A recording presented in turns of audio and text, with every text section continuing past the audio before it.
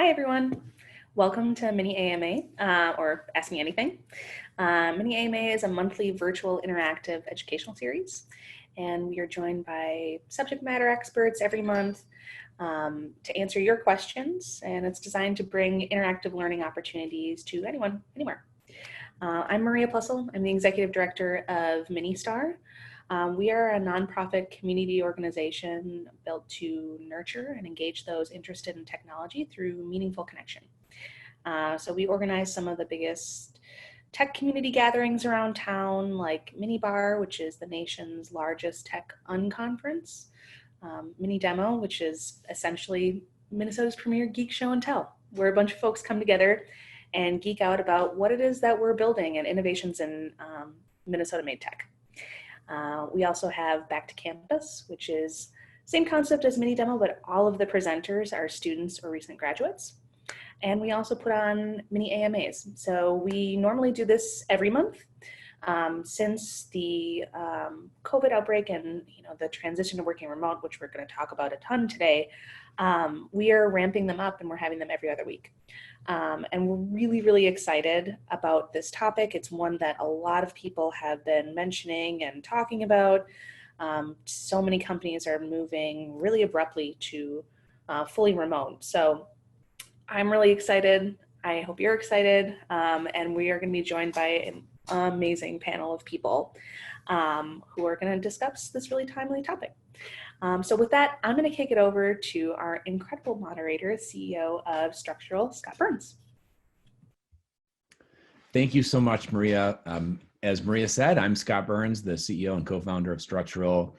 I am really excited to be here and participating with a couple of just very insightful leaders, Stephanie and Eryn. So excited to give you all a chance to learn from them. I've already picked up a few tips myself. The topic today is Remote Work 101. We're going to cover all kinds of things and want to give you, particularly those of you who aren't familiar with Minnestar, just another quick plug for what a great organization this is, bringing together folks in our tech community and really, whether you're in Minnesota or not, there's a lot you can do to participate, and probably going to be some additional online events here over the coming weeks and months, but there's also just wonderful in-person events if you're in Minnesota, and we'll talk at the end about the next mini AMA coming up too. So take a look, go to minnestar.org to learn more, and again, we'll mention that the upcoming event here at the end. Our plan for the hour is pretty straightforward. We're going to spend a little more time on introductions, but not too much.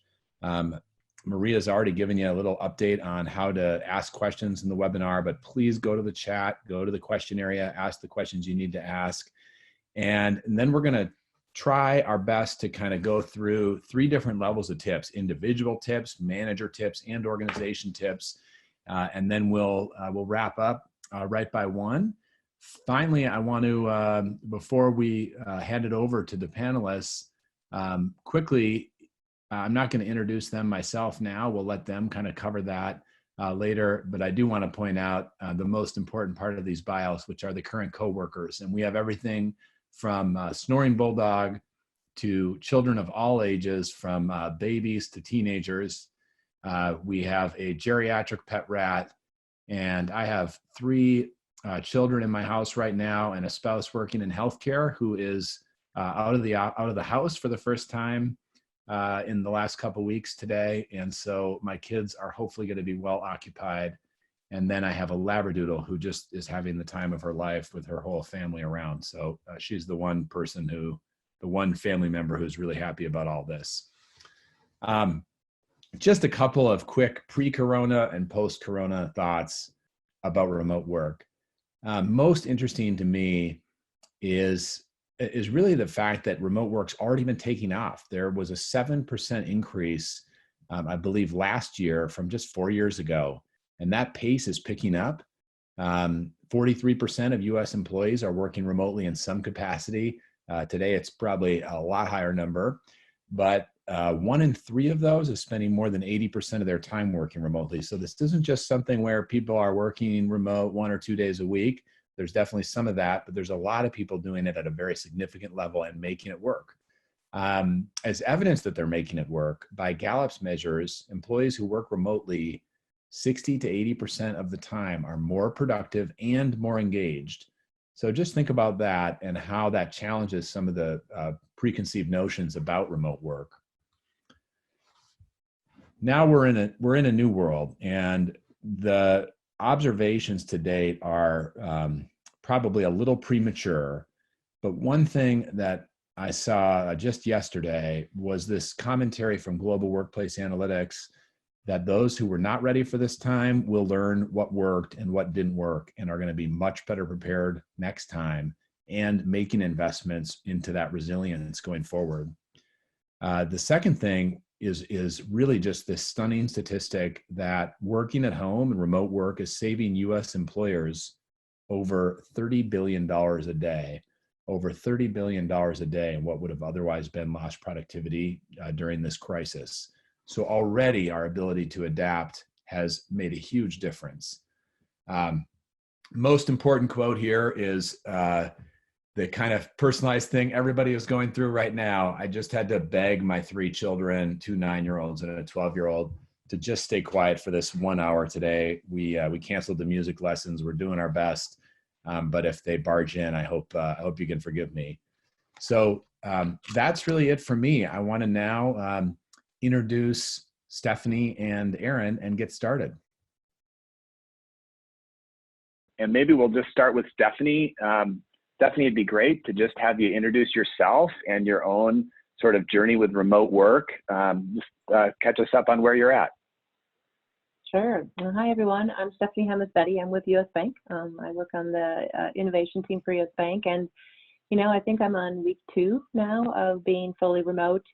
In the past, I mainly worked in the office and did remote working just a couple of days here and there in a month.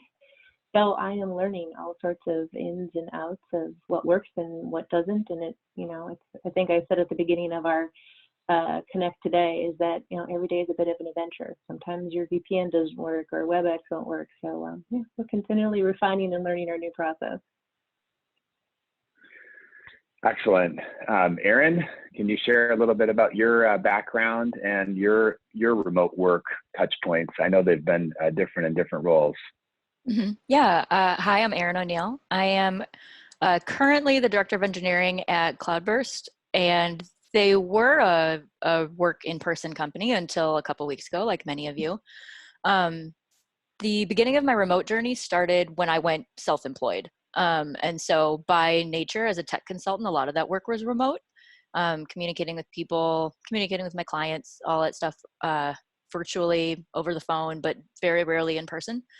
Then I went on to be a manager at a fully remote company, which was about 110 people, and it was totally global. So I had direct reports who lived in Minnesota, Florida, Portugal, Brazil, all over the Canada, all over the globe.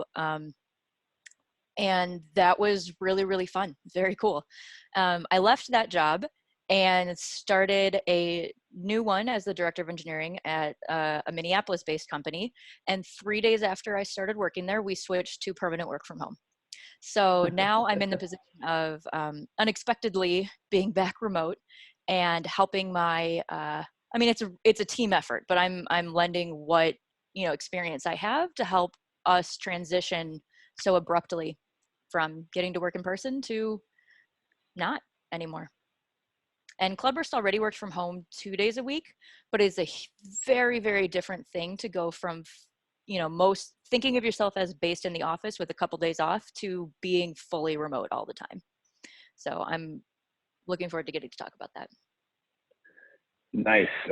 Yeah, I have had that experience too. We were 2 days kind of preferred work from home before at current company Structural, and the shift to 100% is dramatic. It wasn't a 60% shift. It was a dramatic shift now. So Stephanie, I think, you know, we're trying to give tips today. Maybe if you could start with what you see for an individual as some of the pros and cons to working from home or working remotely, and then we can start talking about, you know, how do you make it work? How do you emphasize the pros and mitigate some of the cons? Yeah, you know, I think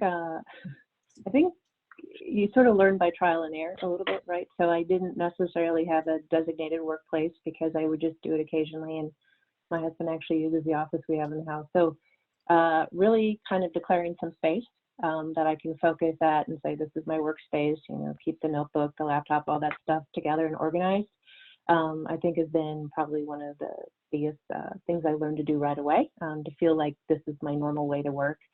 I felt a little bit like I'm not really sure if I'm working or not because I was dragging my laptop all around the house previously. So I think that's helped. I think the other thing is being much more prepared for meetings and writing down notes and getting sort of my mindset ready for each call, so that not only am I paying attention, but I'm able to engage others too. I've just recently adapted to using video, which I think is also a great thing. Before I was sort of like, don't know if that's really for me, but now being able to see people or see their faces as you're presenting, I think really gives you another way to, you know, connect. I was really used to just being able to see everyone or most of the people that I worked with. And so, yeah, you do miss things when you're not able to sort of be there in person. So I think kind of figuring out some of the tools that I can use to help sort of bridge that gap has been, you know, even Eryn, yesterday you gave me a few tips when we met. Like you're just always collecting from what others are doing and what you find to work.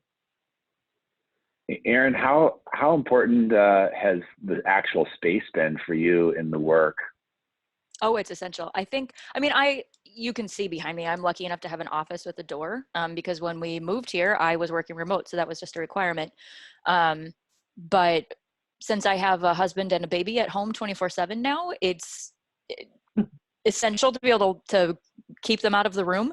But even if you don't have that, I just want to echo Stephanie. I strongly recommend having a dedicated space to work.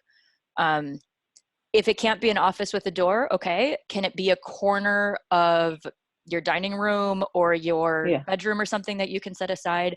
At the very least, is there maybe a corner of the dining room table that you're only going to sit in that chair when it's time to work? You know, if you're at a really small apartment or something. But I think it's so essential to have somewhere that your brain goes, oh, we're in the workplace, it's time to work.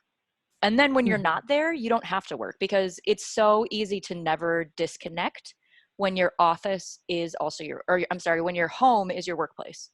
And that, you know, we can sustain that for maybe a week or two, but you're going to go out of your mind if you never actually disconnect and take a break and separate the two. So I think it's very, very important to try to have stations in your house that are for one thing or the other and not let it bleed. How involved have you, I want to stay with you on this one for a second, Eryn, because you've had team members all over the place before. This jumps into manager a little, but how involved do you get in helping them set up their space, or kind of giving them actual coaching on, you know, you look like you're kind of wandering around, or you're up in the coffee shop, we can hear you in the background. Do you spend any time on best practices with individuals on trying to help them set it up, or at least encourage the team to have norms like setting up separate space like you just suggested? That's a really good question. The way that I've approached that, and that my previous companies have approached that, is less about directly saying like, hey, you need a space like this, you need a chair like this, or something like that, and more, here are the expectations. You will have somewhere that's quiet enough to take calls. You will have a reliable internet connection. We will be able to get a hold of you during these hours unless you set expectations otherwise. And then from there, we trust them to be adults. You know, I had one employee who technically he lived in DC, I think, but in practice, it was a different country every week. He was practically a nomad. And he could make it work, because all I needed to know is that he could get his work done, that he was able to talk to me when we needed to talk, and that he would always find a quiet place. And so that was fine. It was fine to just be like, hey, if you can get the job done, you can do it anywhere. So setting those expectations, for example, you'll see that I have this headset, and that was because the first place I was working was unavoidably very loud.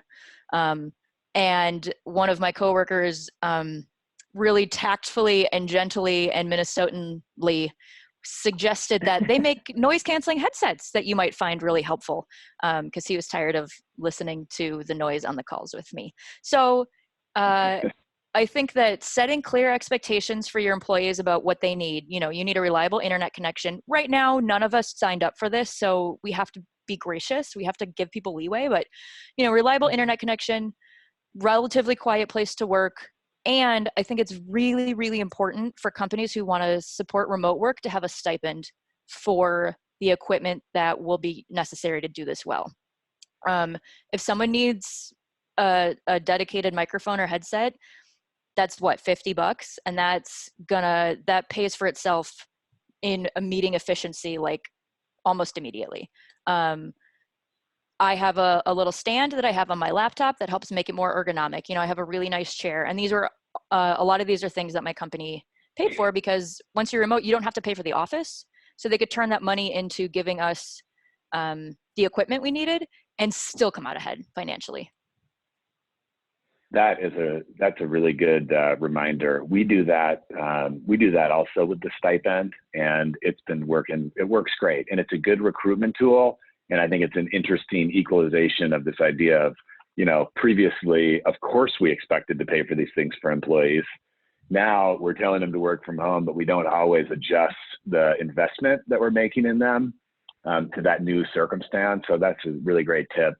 We have a good question already came in, and this is perfect for Stephanie from Kathy Northammer. Hi, Kathy.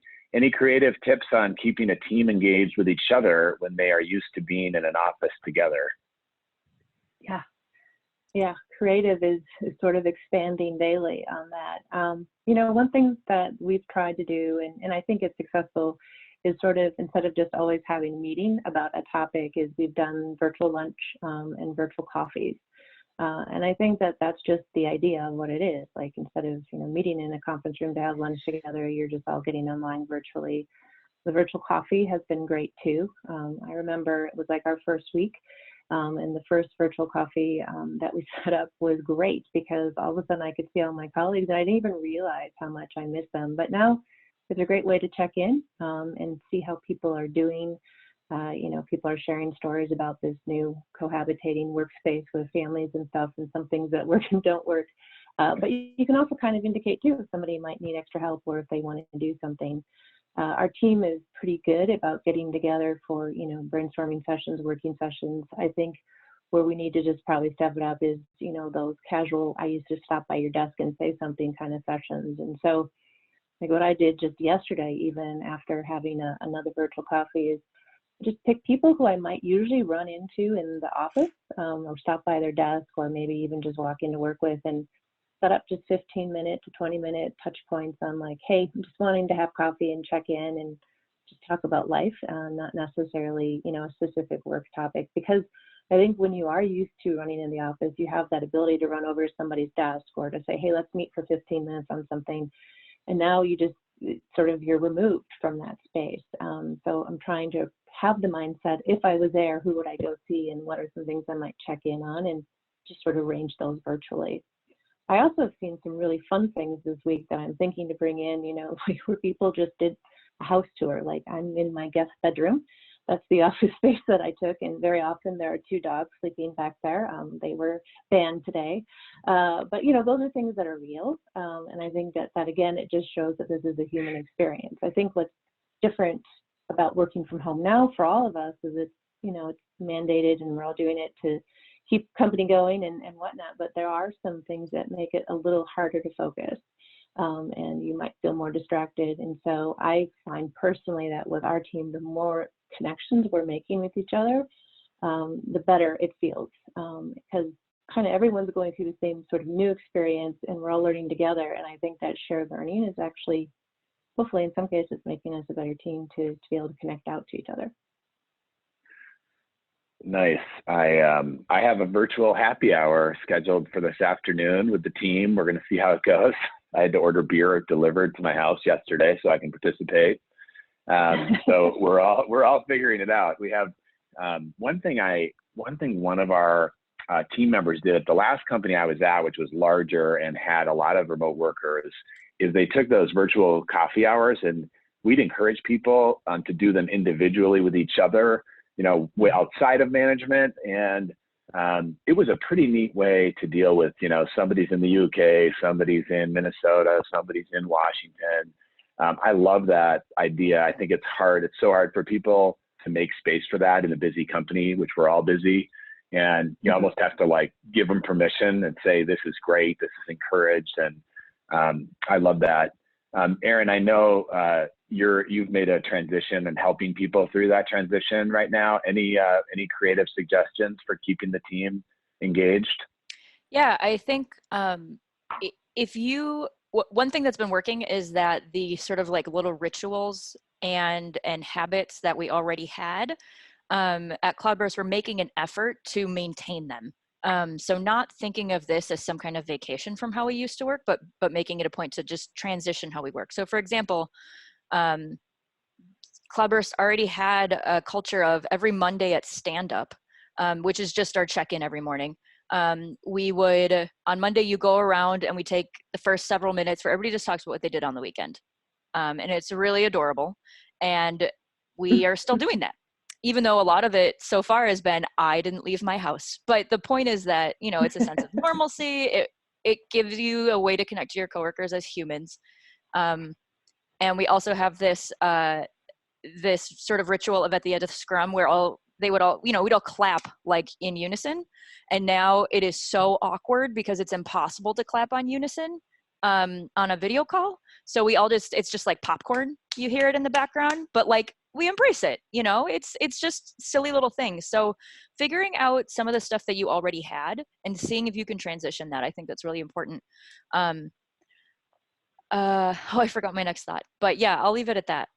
I'm gonna prompt you with a thought because you said something yesterday that really stuck with me.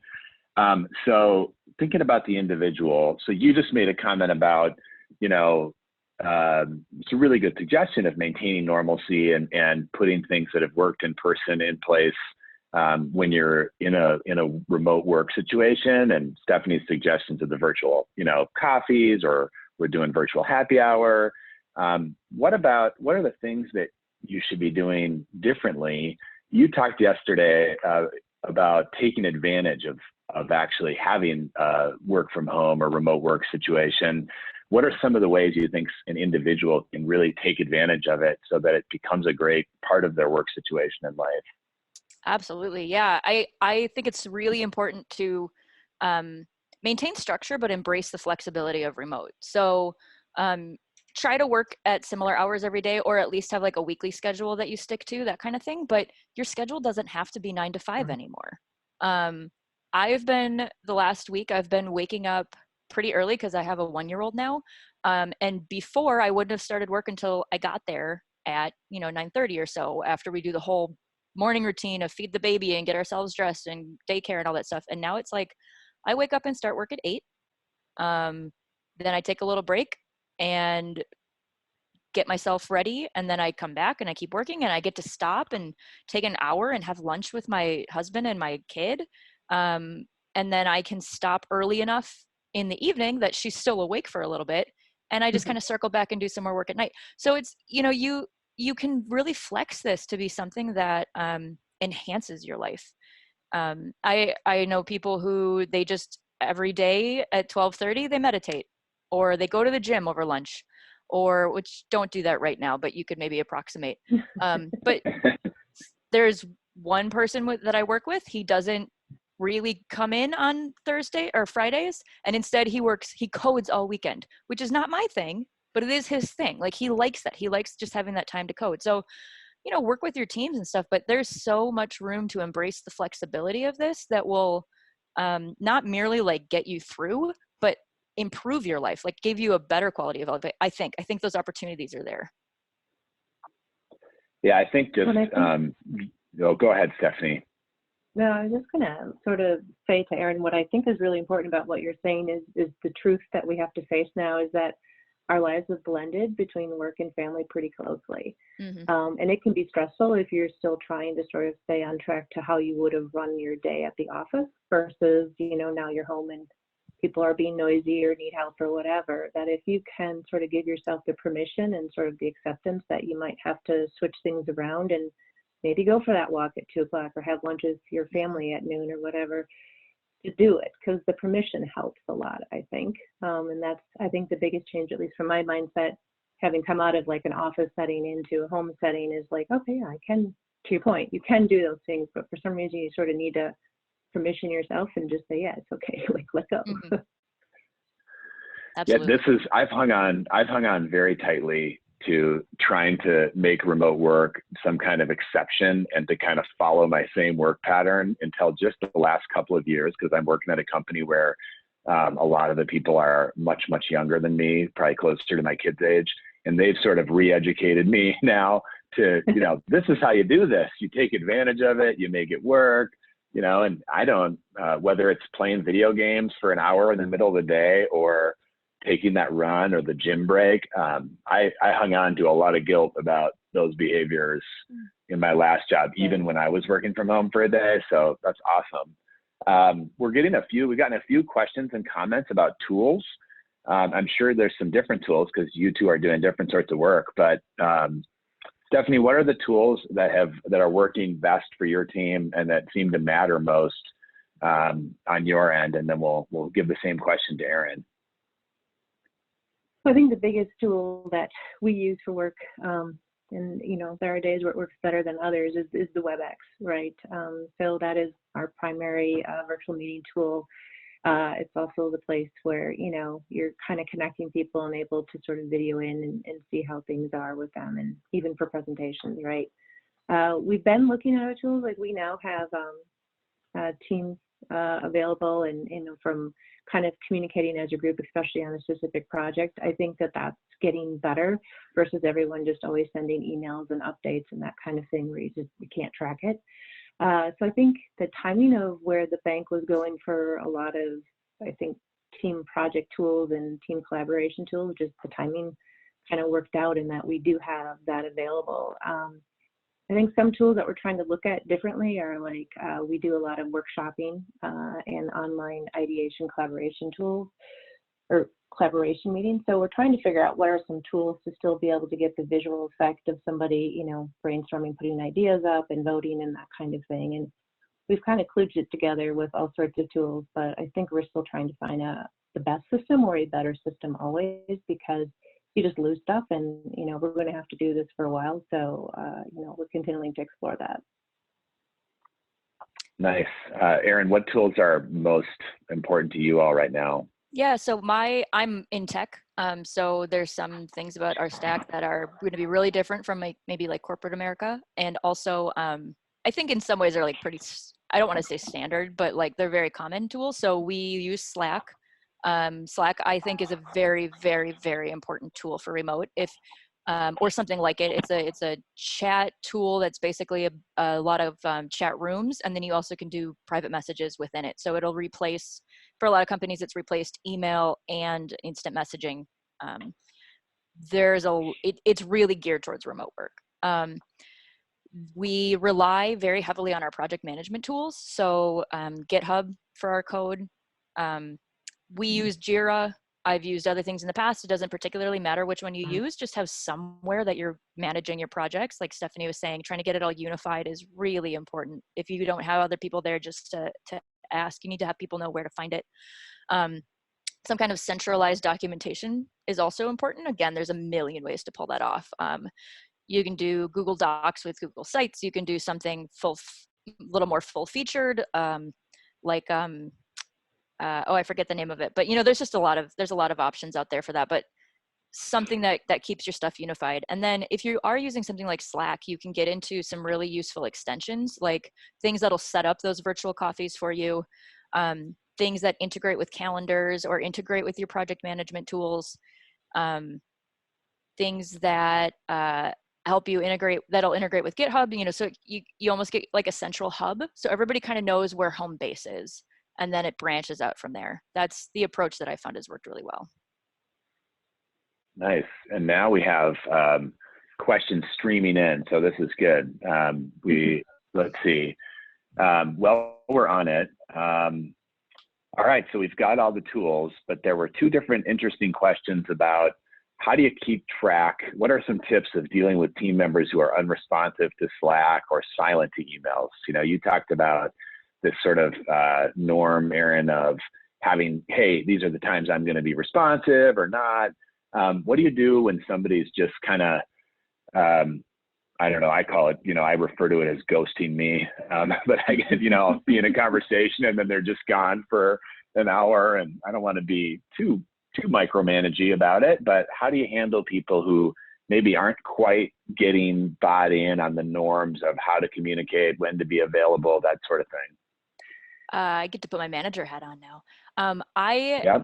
I think it's really, really important to give people clear expectations. So things like, we expect that, you know, every DM you have is going to be cleared within 24 hours. At least you're going to have replied to it. If you're in a conversation with somebody, you should be responding within 2 hours.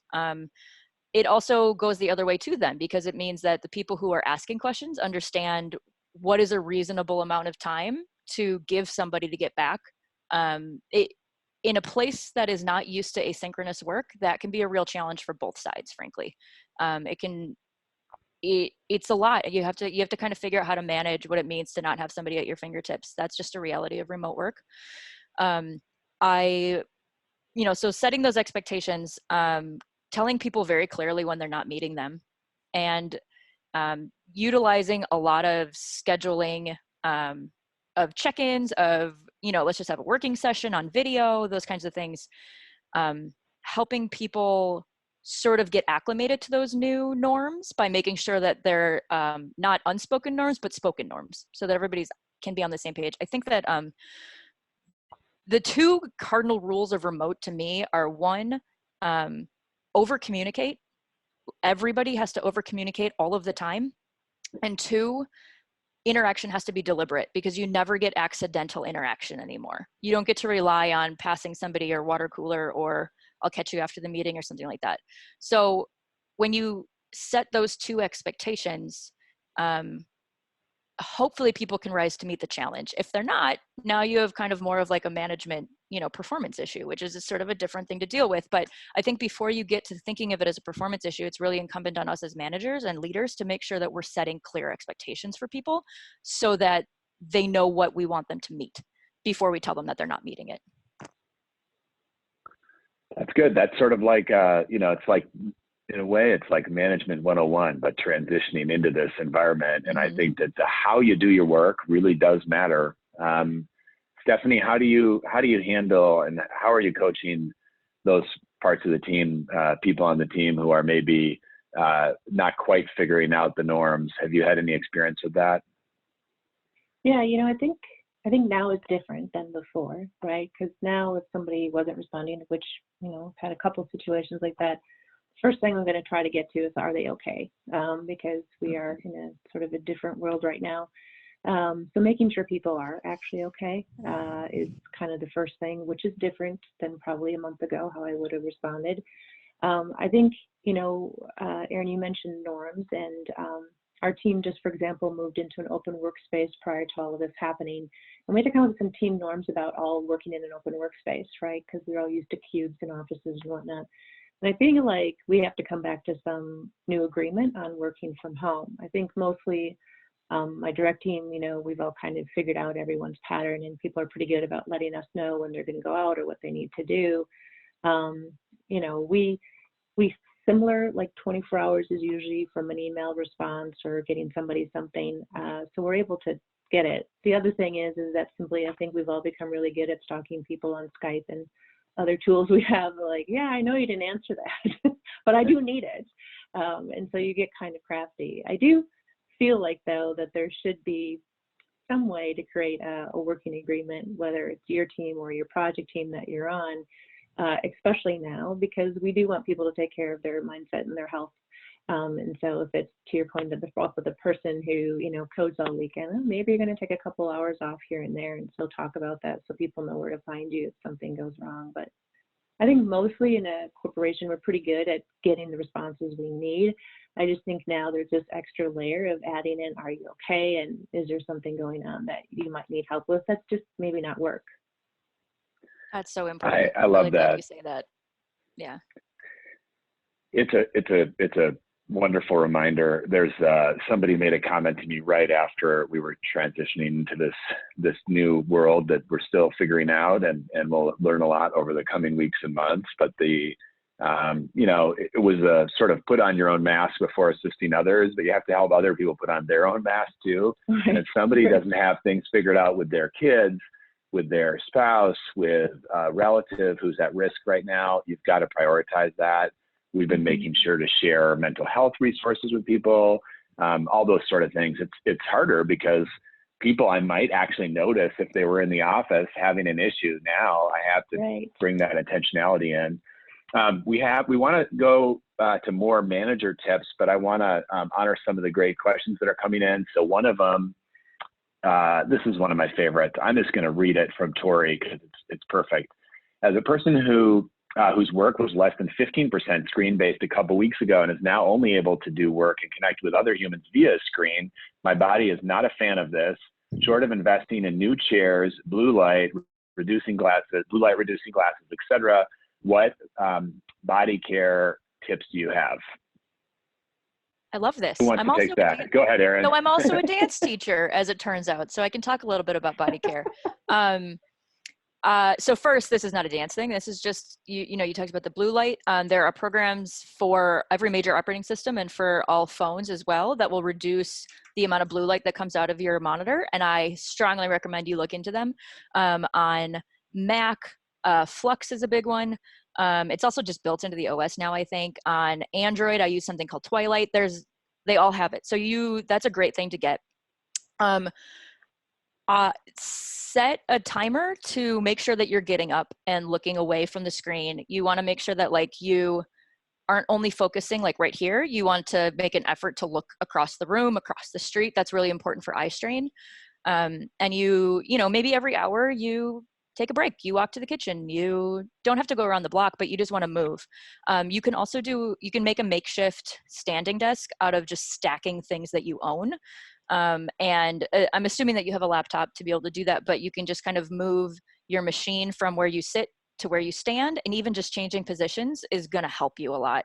I'm a little biased here, but I'm always a big fan of just put on some music and rock out for 3 minutes, to a level that you'd be really embarrassed if anybody walked in, but it's a very good way to get blood moving, remind your body how to move, avoid getting sedentary, both in sort of literally sitting there, but also keeping your neurons moving, your muscles moving, your brain remembering that you can do that. Just a few tips that you can do without buying any new stuff at all.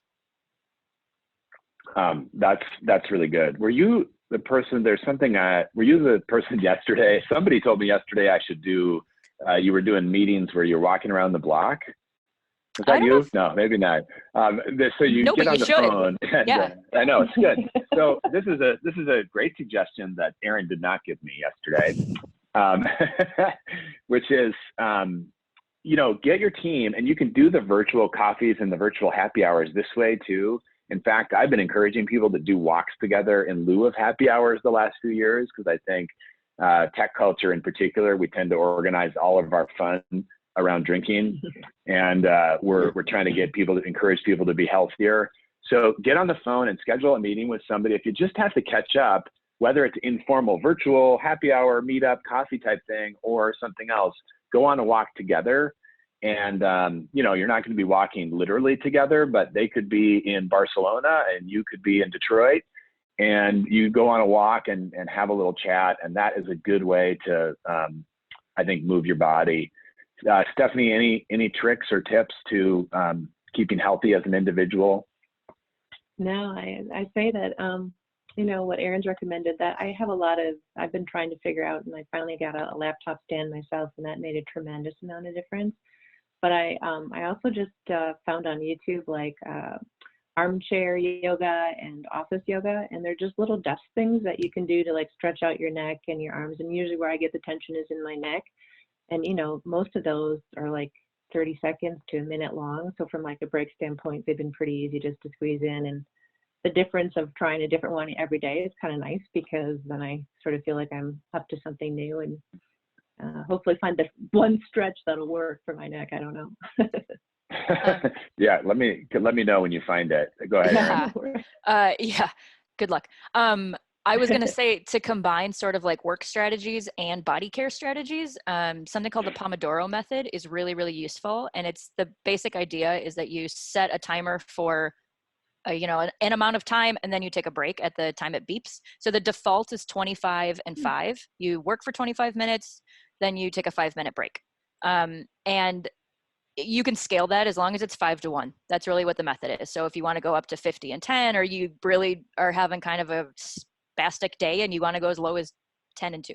But when it beeps, that's a reminder to move, because you want to be moving at least every hour. You want to be changing positions, whether you're switching from sitting to standing, whether you're taking a walk around the house, whether, whatever it is. But every time that thing beeps, that's a reminder to go do something. And you can take some of your breaks on the computer. I know that we're all going to we're glued to Facebook, we're glued to Twitter, we're glued to whatever it is that connects us right now. But make sure you don't take all of them on the computer. Take some of them very much, ideally not even in the same room as your computer for mental health reasons. But yeah, just use that reminder, that timer, to get you up every hour. That will pay dividends on your poor body. All right, that's awesome. And hopefully this kind of work arrangement is better for a lot of people in terms of being physical than going into the office and being in the cube for those kind of long periods of time.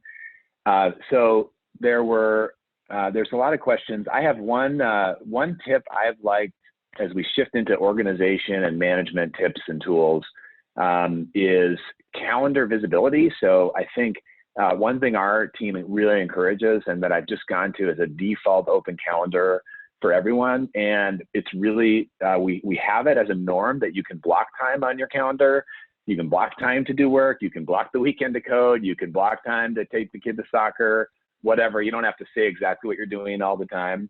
Sometimes I put real too detailed notes in there about medical appointments by accident. And it's a really helpful way for people to just know, hey, Eryn's not responding very fast today. This is her 2 hours to code, or she's writing a white paper or whatever. And we need to give her that space because it can be a bummer when the team norm is to respond really fast. And then I'm never getting a chance to focus on anything for more than 10 minutes. Okay, so next question on the manager level was, sorry, they're flowing in so fast, I lost my place. Give me a second. Are there best practices, policies, guidelines for interview panels when using video chat for interviewing? Stephanie, do you do any interviewing virtually? We actually have a system, a tool that we use for that, user testing. So it's more of a platform kind of approach to it. So I guess that's kind of inherent in how the tool works for us for doing interviews. So no, I really haven't needed to do anything outside of that at this point. How about you, Eryn? You must have interviewed people remote in the past. I've interviewed a lot of people remote. So this is a really good question, and I haven't necessarily organized my thoughts on it. So we'll just see what comes out.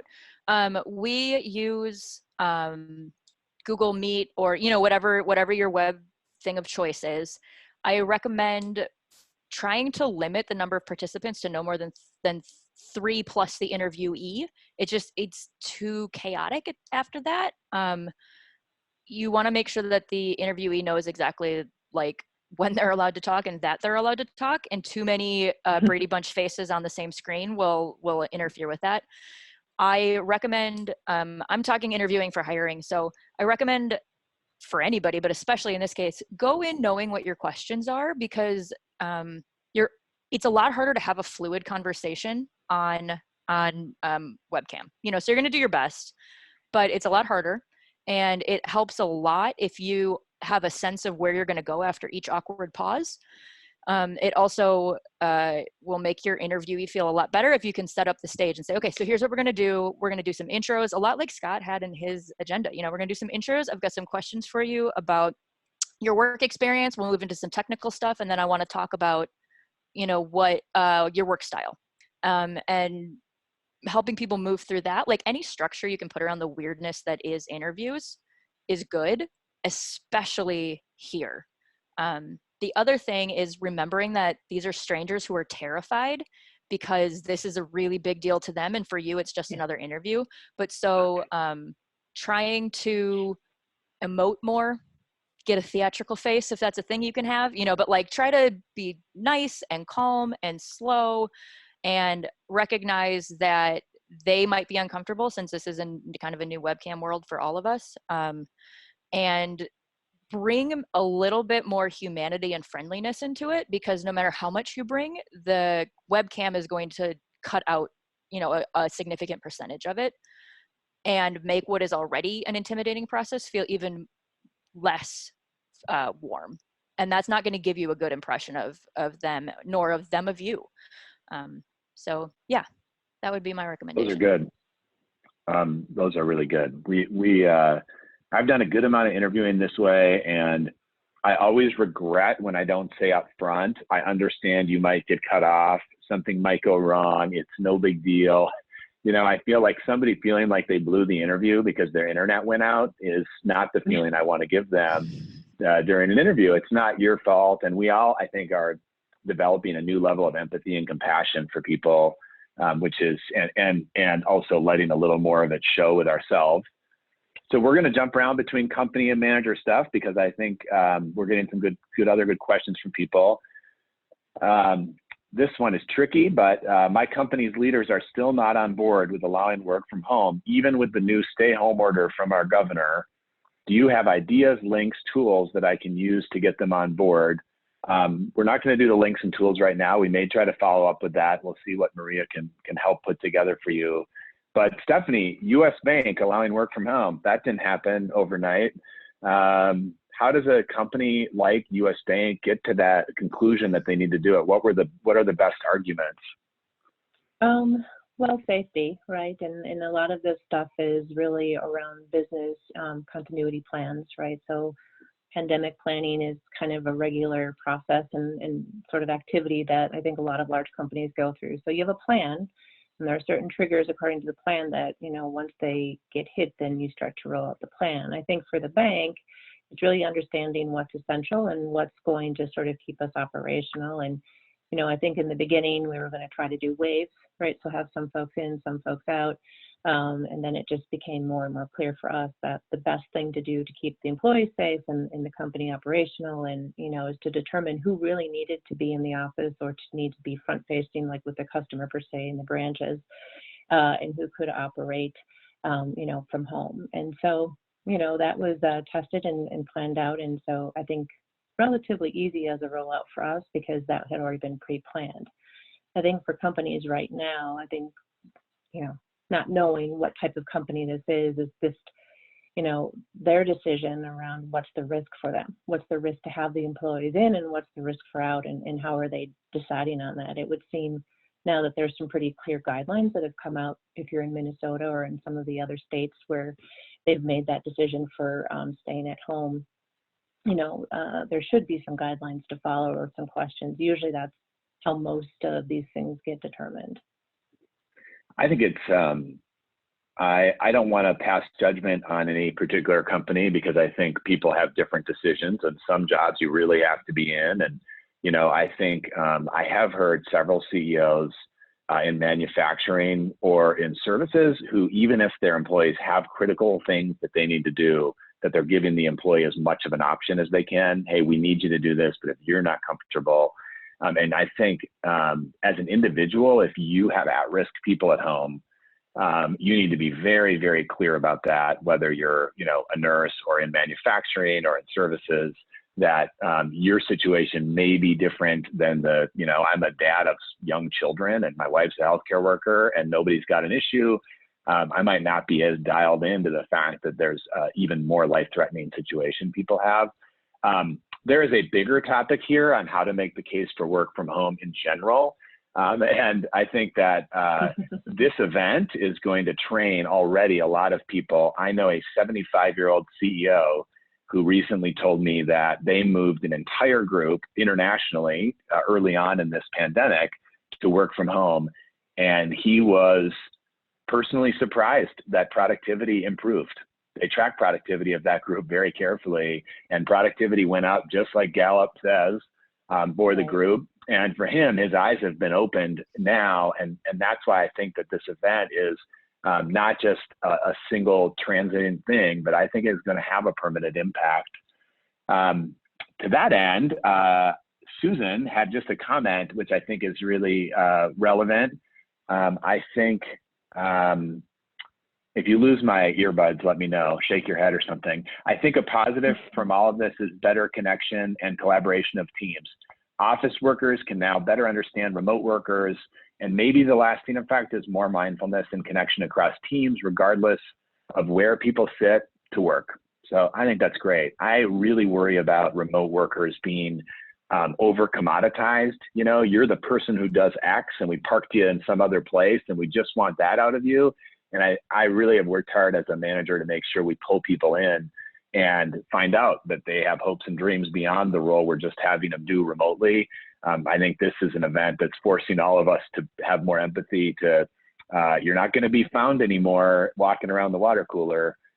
People have to be more deliberate. Okay, let's switch. We have a little more time, and I do want to go to organization. So broadly, how would you make the balance between policy and even written norms, Eryn, and more just kind of a cultural expectation?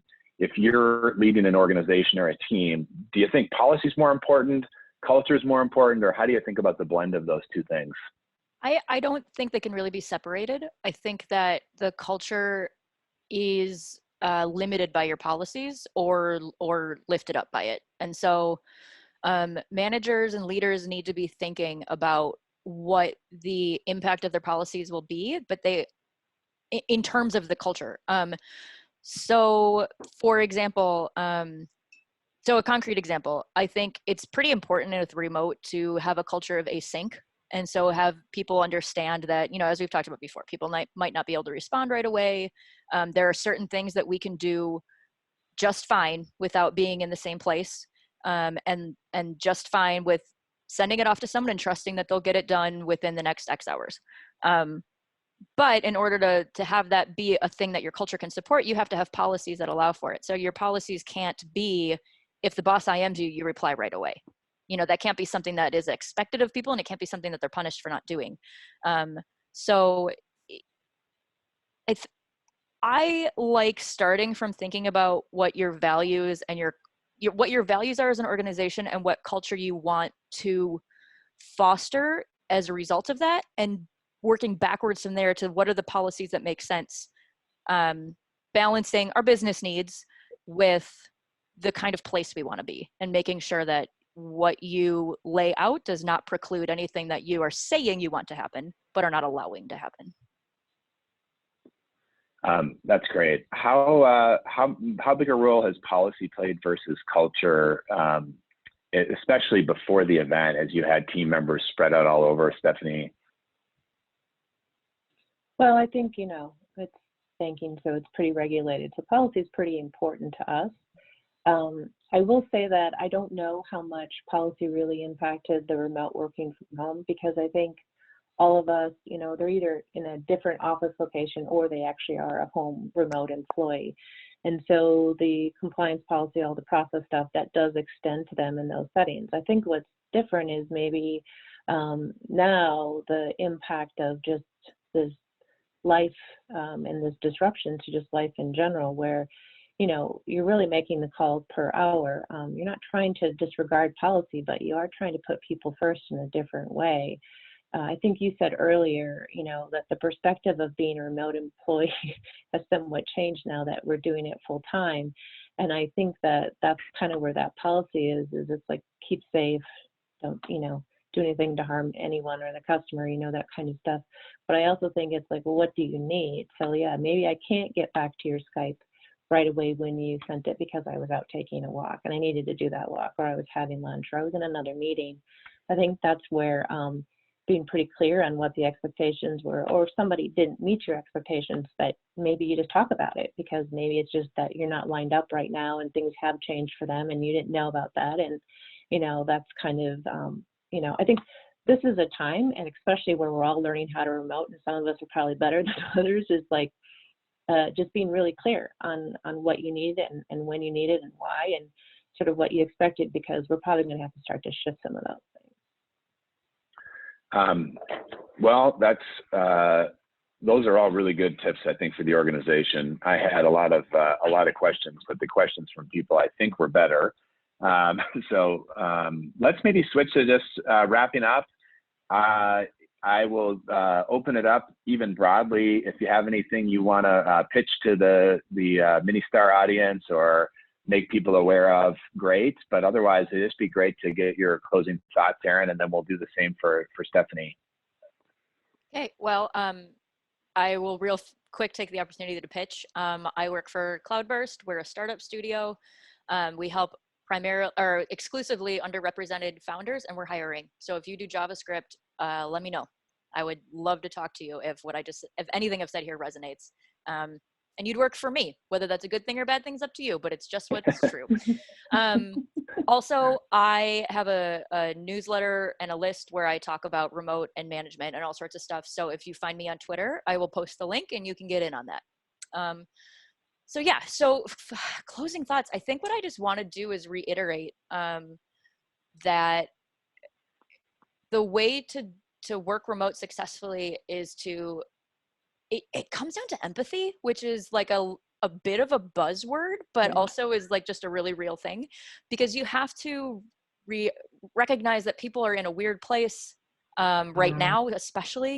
You want to recognize that, like, just because you need something doesn't mean that the human being on the other side of the screen is like there to give it to you, and that's okay, and you'll have to sit with that yourself and deal with that. You just need to over communicate to make sure that you're not reading into tone. Don't get mad about things. Ask, assume best intent, and ask somebody what they meant by that before you get salty about it. It just requires a lot of like really deliberate adulting of communication and emotional management. And some of that is, I think, not, it's not first nature to a lot of people, especially if you are in leadership, especially if you have been in corporate America and sort of like more conservative cultures for a while. But it is the only way we're going to get through this without just killing each other. So I really recommend just recognizing the humanity of your coworkers first, and then working back from that to figure out how we can set boundaries and do good work together. Love it. Stephanie, closing thoughts? Yeah, I think that's I agree with a lot of what you said there, Eryn. I think the biggest thing is that we are in unusual times doing unusual things, and that's impacting us whether we want to fully admit it or not. So the separation of work and life, it's pretty clearly integrated at this point in time. So I think being able to tell people what you need, even if it doesn't feel like it's a normal thing to do, because it may not be a work need, it may mean I just need to take time with my family today. But being honest about those things, or being honest about the interruptions that sometimes are work and sometimes are family, I think just, we have to be open to it. And I think empathy is a great way to put it out there, because it's a very human time. We're going through lots of things, lots of worries. Work is important, but so is all the other stuff that's going on. So empathy is probably the best way that we can all approach it.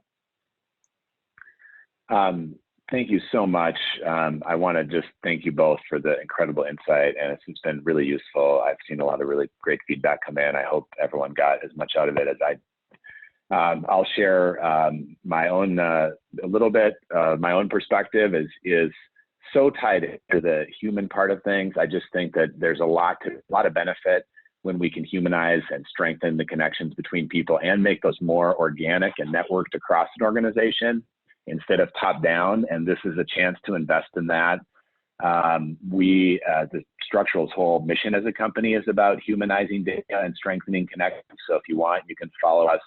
Look us up at structural.com, follow us, Structural AI is the Twitter feed, or my own personal Twitter where I'm talking about these issues a lot is S.